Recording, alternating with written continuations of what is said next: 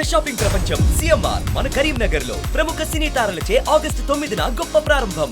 నమస్తే అస్తు భగవన్ విశ్వేశ్వరాయ మహాదేవాయ త్రయంబకాయ త్రిపురాంతకాయ త్రికాగ్నికాలాయ కళాగ్ని రుద్రాయ నీలకంఠాయ మృత్యుంజయాయ సర్వేశ్వరాయ సదాశివాయ శ్రీమన్మహాదేవాయ నమః శంభవే చ మయో భవే చ నమః శంకరాయ చ మహేశ్వరాయ చ నమః శివాయ చ శివతరాయ చ. కృతి ఈ విలయం నుండి మనందరినీ కాపాడమని ఈరోజు వారాహి సమేత శ్రీ చాముండేశ్వరి అనుగ్రహ పీఠంలో ప్రముఖ యాంకర్ అండ్ ఎంతో దేశాభిమానం కలిగిన వ్యక్తి, పరోపకారం తెలిసిన వ్యక్తి అయినటువంటి మన రోషన్ రెడ్డి గారు ఈరోజు మన పీఠంలో ప్రత్యేక అభిషేకాలు నిర్వహించడం, అమ్మవారిని వేడుకోవడానికి మేము లోపలికి వెళుతున్నాం. హే జగజ్జననీ కత్యాయని కౌమారీ నమో నమః చాముండేశ్వరి పాహి మాం రాహి మాం, చండికా పరమేశ్వరి పాహి మాం రాహి మాం, యథార్క గణపతి పాహి మాం రాహి మాం, రక్ష మాం రక్ష మాం, శరణు శరణు మాత శరణు శరణు, శరభ శరభ మాత శరభ శరభ. ఇంత దారుణంగా జరగటం అనేది ఎప్పుడు చూడలేదు మనం. ఇలా ఎప్పుడు ఎవరికి ఏ స్టేట్లో కూడా జరగకూడదు, ఎంత ప్రాణహాని జరగకూడదు. అక్కడ కళ్ళ నీళ్లు చూస్తుంటే నిజంగా బాధేసింది. ఎంతోమంది చనిపోయారు. ఒక రకంగా చెప్పాలంటే గవర్నమెంట్ రికార్డ్స్ ప్రకారం బయటకు రానివ్వరు కాబట్టి 3 ఊర్లు వాష్డ్ అవుట్. అసలు చిన్న చిన్న పిల్లలు మిగిలి ఉన్నారు.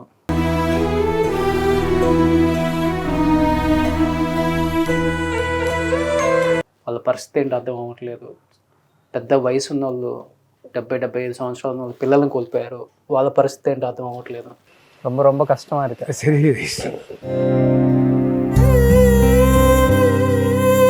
నిజంగా చాలా బాధ అనిపించింది. అంటే తెలుసో తెలియక ఏ తప్పు చేసినా కానీ తమ బిడ్డలుగా భావించి ఆ తప్పుని మన్నించి ఇలాంటివి ఎప్పుడు జరగకుండా, ఒకవేళ మనం కూడా ప్రకృతి వైపరీత్యాలని మనం ఏమన్నా తెలిసి తెలియక చేసినా కానీ ఇలాంటివి జరగకుండా మనం చూసుకోవాలి. ఇలాంటివి ఏం చేసినా కానీ బిడ్డలుగా భావించి వాళ్ళు మనల్ని క్షమించాలని మనస్ఫూర్తిగా కోరుకుంటున్నానమ్మా. ఇదేనా, నువ్వు చక్కగా వెళ్ళి అక్కడంతా పరిశీలించి చాలా సేవ చేశావు. డైరెక్ట్ అండ్ ఇండైరెక్ట్ మన రాష్ట్రం తరపున కానివ్వండి, తెలుగు ప్రజల తరపున కూడా సహాయ సహకారాలు అందించమని నువ్వు వెళ్ళటం చాలా హర్షదాయకమైనటువంటి విషయం. అలాగే నువ్వు కళ్ళ నీళ్లు పెట్టుకున్న సంఘటనలు కూడా ఎన్నో ఉన్నాయి అక్కడ చూసి. చాలా బాధాకరమైన విషయం. కళ్ళారా చూసాం కదా. అదే ఇది మన కళ్ళ ముందే అన్ని అంతమంది డెడ్ బాడీస్, చిన్నపిల్లలు, మూగజీవాలు. అవును, ఒకసారి దీని గురించి మాట్లాడుకుందాం ప్లీజ్. నమస్కారం శ్రీకృష్ణ చాముండేశ్వర మహర్షి గారు. సో నిజంగా వాయనాడికి వెళ్ళొచ్చిన తర్వాత, అంటే పార్ట్ ఆఫ్ మై జాబ్ కాబట్టి వెళ్ళొస్తాము, మనకు జాబ్ చేసుకొని మనం వచ్చేస్తాం. కానీ వచ్చిన దగ్గర నుంచి నిజంగా చెప్తున్నాను మనిషి కలిసివేసింది నాకు ఆ సిచ్యువేషన్స్, అక్కడ ఉన్న పరిస్థితులను చూసి. అంటే అన్ని ఊర్లు, అంతమంది జనాభా నిజంగా మన కళ్ళ ముందు అట్లా డెడ్ బాడీలు అయ్యి అంత దారుణంగా అక్కడున్న పరిస్థితులను చూసి, ఇలాంటి పరిస్థితులు ఇంకెప్పుడు రాకూడదు, ఎవరికి రాకూడదు, ఏ స్టేట్లో ఉన్న ఎవరైనా కానీ అందరం కూడా మనుషులు రాకూడదు అనిపించింది. బట్ చాలామంది ఇప్పుడు నిన్న మొన్న బాగా సర్క్యులేట్ అవుతుంది ఏంటి అంటే, కొంతమంది అంటే ఆ విలేజ్కి సంబంధించిన వాళ్ళు ఒక ఏనుగు ఆకలి మీద వస్తే పైనాపిల్ పనసపండులో ఆ నాటు బాంబులు పెట్టి ఆ ఏనుగుకి తినిపించారు. ఆ ఏనుగు కడుపుతో ఉంది. ఆ కడుపుతో ఉన్న ఆ ఏనుగు ఆ పనసపండు తినటం వల్ల అది లోపల కడుపులో పేలిపోయి బాంబు, బిడ్డ చచ్చిపోయింది. అండ్ ఆ ఏనుగు కూడా కొన్ని రోజుల తర్వాత అంటే తట్టుకోలేకపోయి వాటర్లో పడి చనిపోయింది. అది అంటే ఆ బాధను తట్టుకోలేక ఆ శాపం అనేది తగిలింది ఆ ఊర్లకి. అందువల్ల ఇలాంటి ఒక ప్రకృతి కన్నెర్ర చేసింది అనే మాట ఎక్కువగా వినిపిస్తుంది. అసలు శాస్త్రాలు ఏం చెప్తున్నాయి అసలుకి? అత్యుత్కటై పాప ఇహలోక ఫలముష్యతే అని మనకు శాస్త్రం చెప్తుంది.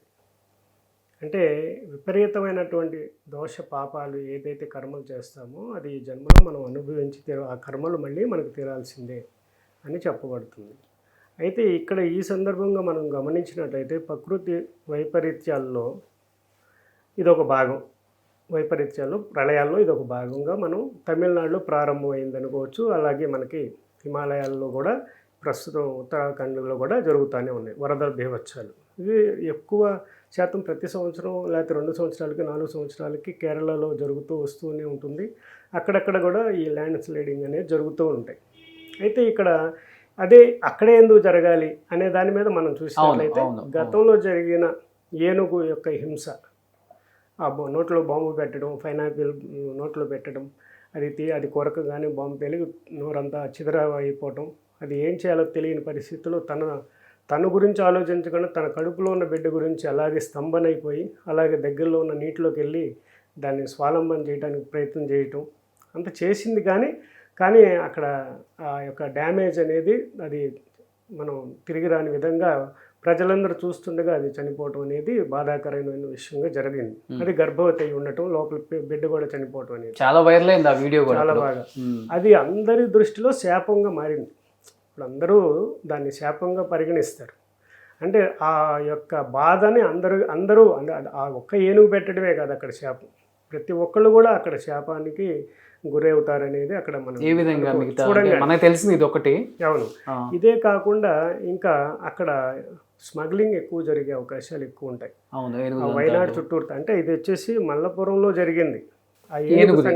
ఎక్కడైనా కేరళ స్టేట్, కేరళ చుట్టుపక్కల గ్రామాలే, దగ్గర ఊర్లు అనుకోవచ్చు, విలేజెస్ అనుకోవచ్చు.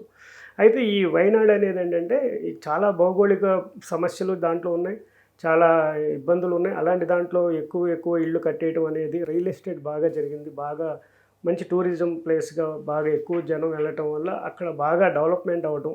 అలాగే అక్కడ దొంగ వ్యాపారాలు, అంటే దాదాపుగా చర్మాలు, ఏనుగు దంతాలు, పాము చర్మాలు.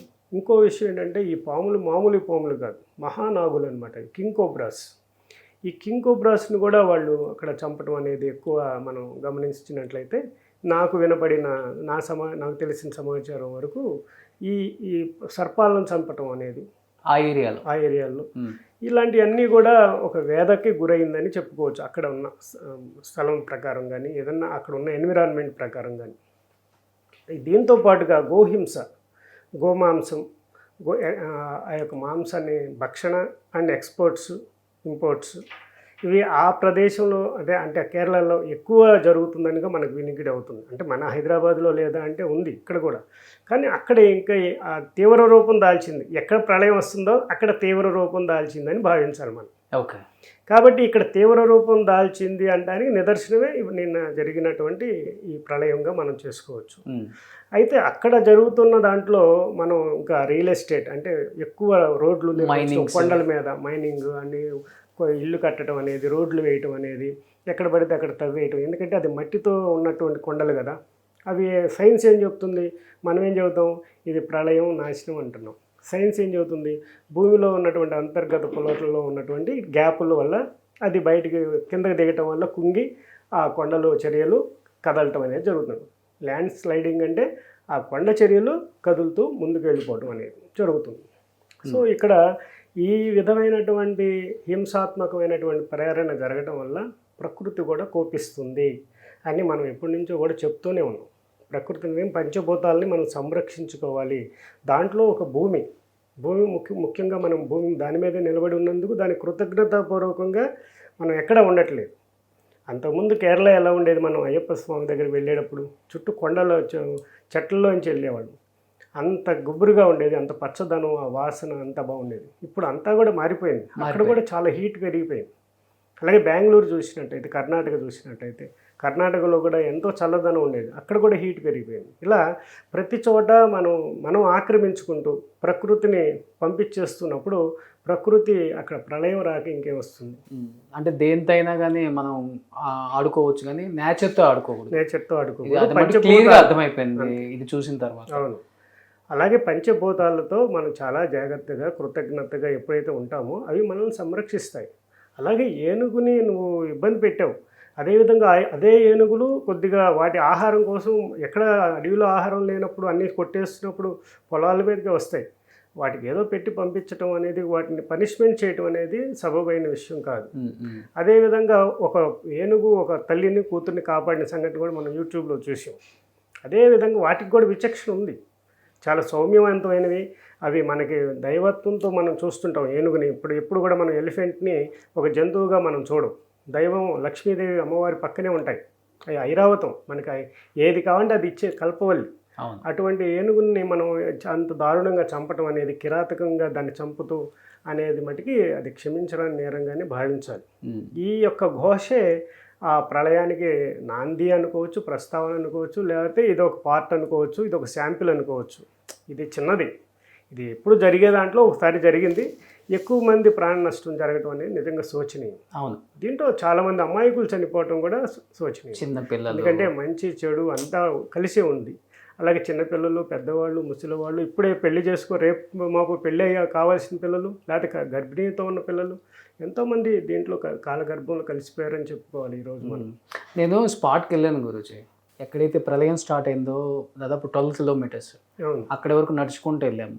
అది నేను చూశాను, మీ వీడియో చూశాను. ఎవ్వరు సాహసం చేయలేకపోయారు, అక్కడ భయపడుతున్నారు. అంటే సెకండ్ స్పాట్ వరకు వెళ్తున్నారు కానీ ఫస్ట్ స్పాట్ వెళ్ళడానికి భయపడుతున్నారు. అయితే నేను వెళ్ళాను. సరే, అసలు ఏంటి పరిస్థితి అని, అసలుకి ఆ రాళ్ళు అవన్నీ చూసినప్పుడు అనిపించింది, ఆ ప్రళయం ఇలా ఉంటుందా అసలుకి. అంటే మన కళ్ళతో చూస్తే అర్థం అవుతుంది, టీవీలో చూస్తే అది ఒకలాగా కనపడుతుంది, కానీ ఆ ప్రళయం చూస్తే మనకి ఒళ్ళంతా షివరింగ్ వస్తుంది. అలాంటి ఒక ప్రళయం అది. బహుశా ఇంకెప్పుడు చూడకూడదని అనుకొని నేను అమ్మవారిని కోరుకున్నాను ఇక్కడికి వచ్చి పూజ చేసి. సంతోషం మన పీఠానికి వచ్చి అమ్మవారిని వేడుకోవటం అనేది. అదేవిధంగా మనకి ఉత్తరాఖండ్ వైపు కూడా చూసినట్టయితే ఇక్కడికి అక్కడికి తేడా ఏంటంటే అక్కడ కూడా ల్యాండ్ స్లైడింగ్ జరుగుతుంటాయి, కానీ ఎక్కడ ప్రాణ నష్టం జరగదు ఎక్కువ శాతం. ఎందుకంటే అక్కడ వాళ్ళు కొంతవరకు నేచర్కి రెస్పెక్ట్ అండ్ ఇంపార్టెన్స్ ఇస్తారు, ప్రికాషన్స్ తీసుకుంటారు. చాలా వరకు ల్యాండ్ స్లైడింగ్ జరుగుతుంటుంది, కానీ అక్కడ జన నష్టం, రోడ్లు కొద్దిగా డ్యామేజ్ అవుతాయి, మళ్ళీ రికవర్ అవుతాయి. ఎక్కడో కొన్ని తిరుపతిలో కూడా జరుగుతుంటున్నాయి, జరుగుతాయి వర్షాలు పడతాయి. కాబట్టి ఇది మనం ఇంకొక రహస్యమైన పాయింట్ ఇంకోటి ఉందన్నమాట. ఈ ప్రకృతికి, ప్రళయానికి, ప్రళయంలోకి వెళ్లకుండా ప్రకృతిని మనం కాపాడుకోవాలంటే గోవుల యొక్క సంరక్షణ చాలా అవసరం ఉంది. గోవుల యొక్క గిట్టలు ఉంటాయి కదా, వాటి యొక్క గిట్టల యొక్క శబ్దం, ఆ యొక్క స్పర్శ, ఆ చప్పుళ్ళు, ఆ పరుగెత్తడం, వాటి వల్ల వచ్చే ఆ తరంగాలు భూమికి చాలా చాలా ఆనందాన్ని కలిగిస్తాయి. ఇది నా రీసెర్చ్లో అమ్మవారు అనుగ్రహించిన పాయింట్ ఇది నేను చెప్పేది. ఆ గోవులు ఎప్పుడైతే భూమిని తాకుతూ, గెట్టుతూ, రెంకుతూ, చక్కగా గెంతుతూ, అవి ఆ గిట్టల శబ్దం భూమి ఎప్పుడైతే ఆస్వాదిస్తుందో అది చాలా చాలా ఆనందిస్తుందంట భూమి. ఇటువంటి గిట్టల శబ్దాన్ని మనం లేకుండా చేస్తున్నాం. ఎలా? గోవులను చంపేసి, హింసించి, వాటన్నిటిని తీసేసి, తినేసి, ఇలా చేయటం వల్ల గో సంతతి తగ్గిపోవటం వల్ల, వాటి యొక్క భారం అనేది భూమికి అటాచ్మెంట్ తగ్గిపోవడం వల్ల భూమి ప్రకోపించే అవకాశం ఎక్కువ ఉంది. ఇది నేను ఒక వీడియోలో కూడా చెప్పడం జరిగింది ఒకసారి. ఇది మీరు కావాలంటే అనాలిసిస్ చేసి చూడండి దీని మీద. ఎప్పుడైతే మనం గోహింస ఎక్కువైందో అప్పుడు ప్రళయం తప్పదనమాట. మనం దాదాపు చూసాం, మనది 4వ కలియుగం. ఈ 3 యుగాల్లో కూడా గోవులకి ప్రథమ స్థానం ఇచ్చారు. గోవులను ఎంత ఆప్యాయంగా చూసుకున్నారు, వాటిని పెంచారు. కట్న కానుకల కింద వందలాది వేలాది గోవుల్ని తీసుకునేవాళ్ళు అప్పట్లో. అలా మనం మహాభారతంలో చూసినా, రామాయణంలో చూసినా, ఎక్కడ చూసినా గోవుల యొక్క పాత్ర ఎక్కడో చోట కనిపిస్తూనే ఉంటుంది. అటువంటి గోవులని కలియుగంలో ఏ పాత్ర ఇచ్చామని వాటికి తినేదానికి ఇచ్చాం, వాటిని హింసించేదానికి ఇచ్చాం. కాబట్టి వ్యాపారానికి ఇవ్వటం జరిగింది. గోవు మాంసం టన్నులు ట్రైన్స్లో వెళ్ళిపోతున్నాయి ఇప్పుడు. అవును. కాబట్టి ఇక్కడ మనం గమనించాల్సింది, ఈ కలియుగంలో మనం జాగ్రత్తగా కలియుగాంతం వరకు మనం అందరం సుభిక్షంగా ప్రజలందరూ ఉండాలి అంటే గోవుల్ని సంరక్షించుకోవాల్సిన అవసరం చాలా ఉంది, ప్రకృతిని సంరక్షించుకోవాల్సిన అవసరం చాలా ఉందని నేను ఈ మీడియా పరంగా తెలియజేస్తున్నాను. నాకు అంటే నేను చెప్తే అతిశయోక్తి అనుకుంటారు, కానీ నాకు ఆ స్పాట్కి వెళ్ళిన తర్వాత ఇంత దూరంలోనే ఉన్నాను నేను, పెద్ద డిస్టెన్స్ కూడా లేదు. నాకు ఒక్క 2 నిమిషాలు దాన్ని అలా చూస్తే అర్థమైంది అనమాట, ఏదో ఒక మెసేజ్ ఇస్తున్నట్టుంది. నేను మీ దగ్గర నుంచి ఏం ఎక్స్పెక్ట్ చేయట్లేదు, నేనే మీకు చాలా ఇస్తున్నాను అడగకుండా. అవును, మీరు నన్ను డిస్టర్బ్ చేశారు, అవును, నేను డిస్టర్బ్ చేస్తే ఎలా ఉంటుందో చూడండి అని ఒక చిన్న ఎగ్జాంపుల్ అన్నట్టుగా అనిపించింది నాకు. అంటే ఆ స్పాట్ చూసినప్పుడు అలానే అనిపిస్తుంది. అంటే మన చెవుల్లో ఏదో చెప్పిన ఫీలింగ్, ఎవరో మాట్లాడుతున్నట్టు ఫీలింగ్, ఆ గాలి, అదంతా అది ఏదో చెప్తున్న ఒక మెసేజ్ ఇస్తున్నట్టయితే నాకు అనిపించింది. అవును, నువ్వు చాలా, నేను చూశాను కదా నీ వీడియోస్లో, కానీ నువ్వు చాలా బాధతోనే ఉన్నావు. ఇప్పుడు కూడా నువ్వు ఇంకా షాక్లోకి తేరుకోనట్టుగానే ఉంది. నిజం గురూజీ. అంటే మన కళ్ళ ముందు అంతమంది చనిపోతే చాలా నిజంగా వాళ్ళు బాధాకరమైన విషయం. తప్పు చేసే ఉండొచ్చు కాదంటలేదు, కానీ ఒక తప్పు చేసినా కానీ ఇలాంటి ఒక పనిష్మెంట్ అనేది చాలా పెయిన్ అనిపిస్తుంది. అవును, ఎందుకంటే మనం తెలిసి తెలియక చాలా తప్పులు చేసినా మన తల్లిదండ్రులు కూడా క్షమిస్తారు, ఇది ఇంకోసారి చేయొద్దని. అలానే నేను అదే నేచర్ని కోరుకుంటున్నాను. డిస్టర్బ్ చేశారు నిన్ను కాదంటలేదు, బట్ ఇంత పెద్ద పనిష్మెంట్ అయితే ఇంకెప్పుడు ఇవ్వద్దు అనేదే కోరుకుంటున్నాను. అనేది మనం కోరుకోవాల్సింది అదే, సర్వే జన సుఖినో భవంతనే కోరుకుంటాము. అలాగే ప్రపంచం అంతా సుభిక్షంగా ఉండాలని కోరుకుంటాం. అలాగే ప్రతిరోజు ప్రతి దేవాలయాల్లో కూడా ఈ పాయింట్ అనేది జరుగుతూనే ఉంటుంది. మనం అందరం కోరుకుంటాం, అంతా ప్రపంచం భూశాంతి అనేది ఉండాలి, అంతరిక్ష శాంతి భూశాంతి అని మనం చేస్తూనే ఉంటాం పూజలు. అయితే మరి దాన్ని ఎంతవరకు ఇంకా ముందుకు తీసుకెళ్లాలనేది ఒక ఎగ్జాంపుల్స్గా మనం తీసుకోవచ్చు. ఇప్పుడు జరిగిన ఈ దుస్సంఘటనల్ని, ఈ ప్రళయ బీభత్సాలని, అపారమైన జన నష్టం, ఆస్తి నష్టం. ఆస్తి అనేది తర్వాత సంపాదించుకోవచ్చు, కానీ అపారమైనటువంటి బాంధవ్యాలు, వాళ్ళు మనుషులు, మనం ఎంతోమంది కోల్పోయాం. కొన్ని ఊర్లో అయితే నువ్వు ఒక చోట పెద్ద మొత్తం ఊరు అంతా మునిగిపోయింది కదా, వీడియో తీసి చూశాను. అవును, అసలు అది చాలా దారుణం. అక్కడ అంతసేపు ఉండవంటే గుండె నిబ్బరం చేసుకుని అసలు కొన్ని ఫొటోస్ ఇంట్లో నుంచి బయటకు కొట్టుకొచ్చాయి. ఇంటి బయట పెళ్ళిళ్ళైన, కొత్తగా పెళ్ళిళ్ళైన ఫ్యామిలీ ఫొటోస్, ఎంత క్యూట్గా ఉన్నారు చిన్న చిన్న పిల్లలు అసలుకి. అంటే నేను బతికున్న వాళ్ళ దగ్గరకు కూడా వెళ్తే క్యాంపుల్లో ఉన్నారు. ఏంటి పరిస్థితి అంటే 40-50 సంవత్సరాల నుంచి సంపాదించుకున్న ఆస్తులు, ఇల్లు, బంగారం అన్నీ పోయినాయి, ఏం లేవు, చివరికి ఇదిగో ఒంటి మీద బట్టలు మేము మిగిలామని చెప్తున్నారు. అదే చాలా దారుణమైనటువంటి సంఘటన ఇది. మనం అమ్మవారిని కోరుకుందాం ఇలాంటి దుస్సంఘటనలు జరగకూడదని, అలాగే వాళ్ళందరూ తొందరగా కోలుకోవాలని, తొందరగా రికవర్ అవ్వాలని, అలాగే పెద్దలందరూ కూడా ఈ యొక్క విపత్తుకి సహాయ సహకారాలు అందించాలని మేము కూడా వేడుకుంటున్నాం. ఇంకా థ్యాంక్ యూ గురూజీ. ఎందుకంటే ప్రతి ఒక్కరు దీని గురించి మాట్లాడుకుంటున్నారు. ఇప్పుడు కడుపుతో ఉన్న ఏనుగుకి జరిగిన ఒక సంఘటన గట్టిగా ప్రకృతి మళ్ళీ ఇచ్చింది అనేది గట్టిగా మెసేజ్ నిన్నటి నుంచి అందరికీ అదే సర్క్యులేట్ అవుతుంది. కాబట్టి శాస్త్రం అసలు ఏం చెప్తుందో మిమ్మల్ని అడుగుదామని వచ్చాం మేము. ఇంకా ఇప్పుడు ఆ పాట కూడా ఒకటి బాగా వైరల్ అయింది కదా, ఏ కన్ను చూడదనా నీ విచ్చల విడిచి పాట అని ఉంది కదా ఆ పాట. అక్కడ అదే పరిస్థితి. ఎక్కడైనా ఈ ప్రకృతి ఎప్పుడైతే ప్రకృతి మనకి చాలా అనుకూలంగా ఉంటుంది నాన్న, ఎప్పుడైనా సరే నువ్వు కావాలంటే మనసు పెట్టి, ఇప్పుడు ఒక్కపోతగా ఉంది, నువ్వు ప్రకృతిలో ఉండి బయట ఉండి గాలి కావాలంటే వచ్చేస్తుంది. ఒక చెట్టు కావాలంటే అది కదులుతుంది ఆటోమేటిక్గా. అంత ప్రకృతి నీతో అటాచ్మెంట్ అయి ఉన్న దానికి రెస్పెక్ట్ మనం ఇవ్వకపోతే తప్పకుండా మనం ఇలాంటి సమస్యలను ఎదుర్కోవాల్సి వస్తుంది. ఫ్యూచర్లో ఇంకా దారుణమైనటువంటి సంఘటనలు ఎన్నో మనం చూడాల్సి వస్తుంది అనమాట. ఏం చెప్పాలనుకుంటున్నారు వ్యూయర్స్కి, ఏం చెప్పాలనుకుంటున్నారు? ప్రకృతిలో ఉన్న మనం పంచభూతాలను గౌరవించాలి, ప్రకృతిని చాలా జాగ్రత్తగా సున్నితంగా హ్యాండిల్ చేయాలని మనం కోరుకోవాలి. అలాగే భూమిని కలుషితం చేస్తున్నాం అనేక రకాలు, డస్ట్బిన్స్లో రూపంలో కానివ్వండి, పెస్టిసైడ్స్ రూపంలో కానివ్వండి, అనేక రకాలుగా మనం దాన్ని రియల్ ఎస్టేటింగ్లో కానివ్వండి, ల్యాండ్స్కేపింగ్లో, వీటన్నిటిని చూసినట్లయితే మనం అడవుల్ని కానీ, ఒక చెట్టుని మనం కొట్టే అధికారం మీకు ఉందంటే 100 చెట్లు నాటే దమ్మున్నప్పుడే మీరు ఒక చెట్టు మీద చెయ్యండి అని నేనైతే చెప్తాను గట్టిగా. సో నేచర్తో అయితే ఎవరు ఆడుకోవద్దు అంతే. సో అది ఒకసారి గట్టిగా కన్నెర్ర చేసిందంటే మనిషి అనేవాడు ఎవరు మిగలం. ఇది ఒక చిన్న ఎగ్జాంపుల్. నిజంగా నేను కూడా వెళ్ళొచ్చాను కాబట్టి నేను చెప్తున్నాను, చూసి వచ్చాను కాబట్టి చెప్తున్నాను. మనం నేచర్కి ఏం ఇవ్వకపోయినా పర్వాలేదు, అది ఏం ఎక్స్పెక్ట్ చేయదు కూడా. ఇక్కడ పంచభూతాల్లో 2 యాక్టివిటీ చేసాయి ఇప్పుడు, ఒకటి నీరు, ఒకటి భూమి. అవును, మిగతా అగ్ని అలాగే వాయువు కూడా తోడైనట్టయితే ఇంకా అసలు దాన్ని మనం తట్టుకోలేము. అలా ఎన్నో జరిగాయి పూర్వం కూడా. మనం అవన్నీ మెసేజ్లుగా మనం ముందుకు వెళ్ళాలి, కానీ దాన్ని పట్టించుకోకుండా ఉంటే మటుకి మళ్ళీ మనకి అలాంటి ప్రళయాలు తప్పు అన్నమాట. మనస్ఫూర్తిగా కోరుకుంటున్నాను మిమ్మల్ని కేరళ గురించి. అండ్ ఇలాంటి విపత్తులు మళ్ళీ మళ్ళీ ఎక్కడ సంభవించకుండా మన పీఠ సుఖశాంతులతో అందరూ చల్లగా ఉండాలి. తప్పులు చేసుంటే క్షమించమని అమ్మవారిని కోరుకోండి తప్పకుండా. మన పీఠంలో కూడా వాళ్ళందరికీ శాంతి జరగాలని, వాళ్ళందరికీ ఆత్మశాంతిలు కలగాలని, అలాగే తొందరగా వారందరూ కేరళ అలాగే వీరందరూ కూడా తొందరగా రికవర్ అవ్వాలని కోరుకుందాం. గురూజీ ఇంకొకటి కూడా వినపడుతుంది గురూజీ, అండ్ ఇది అడగొచ్చు అడగకూడదు. పూరి జగన్నాథ్ తలుపులు తీసిన తర్వాత కూడా ఏదో ఒక ప్రళయం సంభవిస్తుంది. ఆ ప్రళయంలో భాగమే ఇవన్నీ 1 by 1 జరగడానికి కూడా కారణం అంటున్నారు. నిజంగా అంత మహిమ ఉందా అక్కడ? ఇప్పుడు ప్రతిదీ అది చాలా ప్రాచీనమైనటువంటి హిస్టారికల్ టెంపుల్.